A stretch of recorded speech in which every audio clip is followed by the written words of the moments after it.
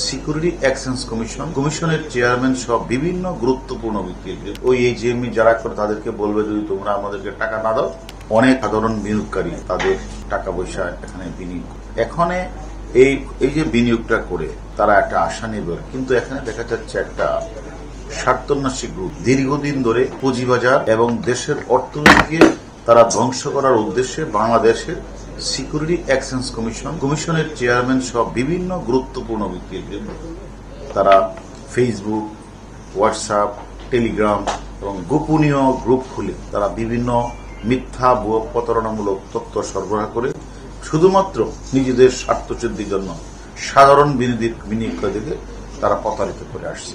এটা তারা প্রায়ই করে থাকে এবং এটা বেশি না, 4 থেকে 5 জন ব্যক্তি যারা সবসময় সরকার বিরোধী কর্মকাণ্ডে জড়িত এবং ওই সকল ব্যক্তির বিরুদ্ধে বিভিন্ন থানায় একাধিক মামলা রয়েছে।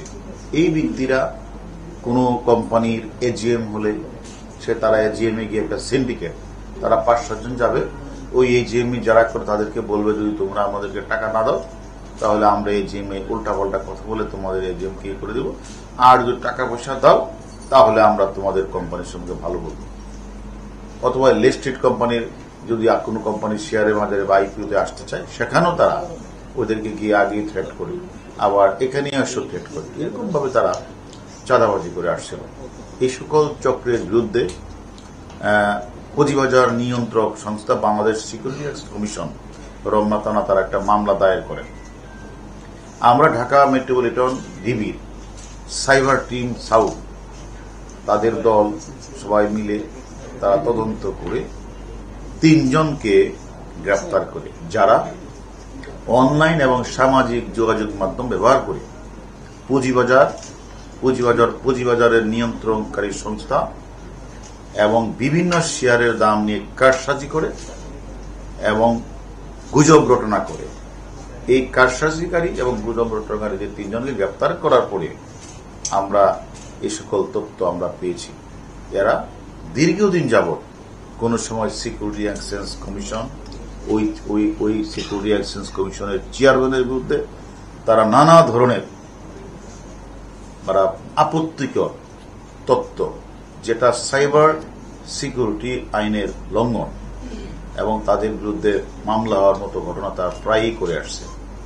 এবং তাদের একটা গ্রুপ আছে, তারা তাদের যখন বিরুদ্ধে কোনো ব্যবস্থা কথা বলে তারা সাথে সাথে ওই সকল চক্র সাথে নিয়ে তারা রাস্তায় এসে তারা একটা রাস্তায় নেমে যায়, ব্যানার দিয়ে মানববন্ধন করে। আমরা তদন্ত করে তাদের 3 জনকে গ্রেপ্তার করেছি।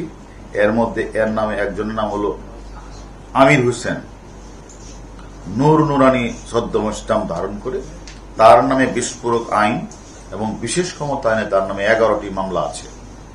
এছাড়া আরেকজন আছে নুরুল হক হারুন, বিনিয়োগকারী ঐক্য পরিষদের বিভিন্ন নাম ধারণ করে বিভিন্ন সদস্যদের একত্রিত করে এর কাজ হলো বিভিন্ন জায়গাগুলিতে চাঁদাবাজি করা।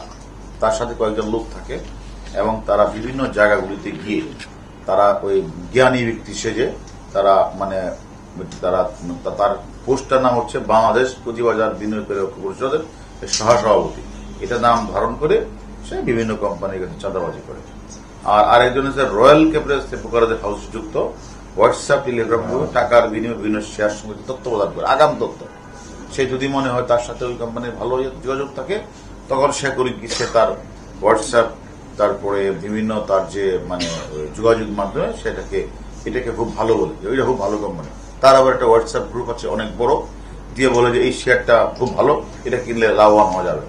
তখন সাধারণ বিনিয়োগকারীরা তাদের কথায় মিথ্যা তথ্যে তারা অনেক সময় এই পদ্ধতি কিনে তারা অনেক সময় সেখানে তারা ক্ষতিগ্রস্ত হচ্ছে। তাই আমি মনে করি আজকে তারা আমাদের গ্রেপ্তার হয়েছে, সিকিউরিটি এক্সচেঞ্জ কমিশন মামলার প্রেক্ষিতে তাদেরকে আমরা গ্রেপ্তার করেছি।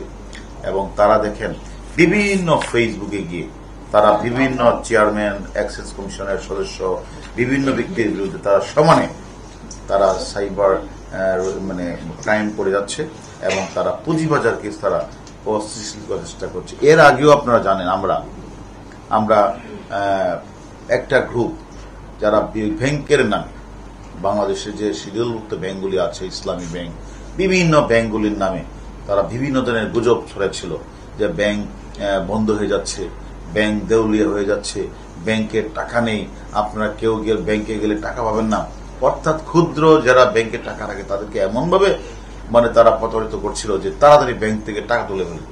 আমরা কিন্তু সাইবার নর্থ আমরা কিন্তু সেদিন ডিবি আমরা তদন্ত করে আমরা 19 জনকে এই সকল গুজব রটনাকারী যারা উঠিয়েছিল যে বাংলাদেশ ব্যাংক দেউলিয়া হয়ে যাচ্ছে, বিভিন্ন ব্যাংক দেউলিয়া হয়ে যাচ্ছে, বিভিন্ন ধরনের তৎপরতা চালিয়েছিল, তারা গুজব ছড়িয়েছিল, তাদেরকে আমরা কিন্তু অক্টোবরের আগে তাদেরকে আমরা গ্রেফতার করেছিলাম।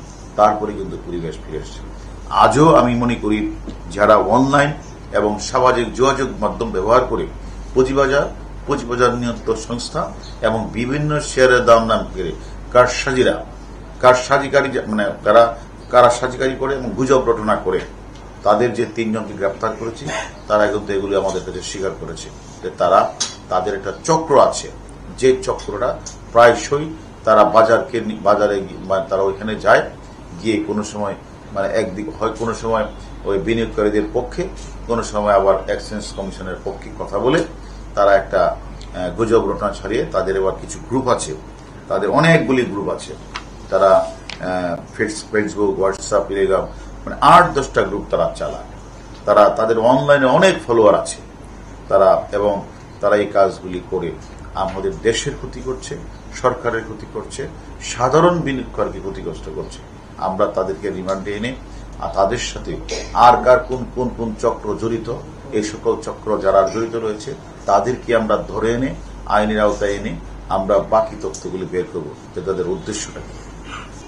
এখন আমাদের মূল বিষয় হচ্ছে যে ঢাকা মেট্রোপলিটন পুলিশের গোয়েন্দা সাইবার অ্যান্ড ক্রাইম বিভাগ আমরা সবসময় সাধারণ বিনিয়োগকারীদের স্বার্থে আমরা কাজ করি। এই বিষয়ে নিয়মিতভাবে অনলাইনে সামাজিক যোগাযোগ মাধ্যমে আমরা নিয়মিত মনিটরিং করি এবং এখন থেকে রেগুলার আমরা মনিটরিং করব এবং সাইবার পেট্রোলিং আমরা সেখানে সাইবার পেট্রোলিংয়ের মাধ্যমে আমরা খোঁজ খবর নিচ্ছি। পুঁজিবাজারকে অস্থিতিশীল করে সাধারণ বিনিয়োগকারীদের উস্কানি দিয়ে কেউ যাতে স্বার্থ হাসিল করতে না পারে সেই বিষয়ে আমাদের অভিযান কিন্তু চলমান থাকবে এবং যাদের নাম এসেছে যে আমির হোসেন ওরফে নুরানি এবং নুরুল হক হারুন, আব্দুল কায়ুম, তাদের সাথে আরো কোন চক্র জড়িত তাদের নাম আমরা পেয়েছি, তাদেরকে আমরা শীঘ্রই গ্রেফতার করব। আমরা তদন্ত করছি, তো তার নামে এই মামলাগুলি আছে, আমরা তদন্ত করছি। আমরা মনে করি কে কোন দলের সেটা আমাদের কাছে মুখ্য বিষয় না, তার তৎপরতা, তার ফেসবুক, হোয়াটসঅ্যাপে, টেলিগ্রামে এসে বিভিন্ন অনলাইনে তার যে কথাবার্তা, তার যে গুজব রটনা, তার যে গুজব সৃষ্টি করা, সাধারণ বিনিয়োগকারীদের মধ্যে ভয় ঢুকিয়ে দেওয়া, সে কাজটি কেন করছেন, যে কোনো দলের হলেও তাকে ছাড় দেওয়া হবে।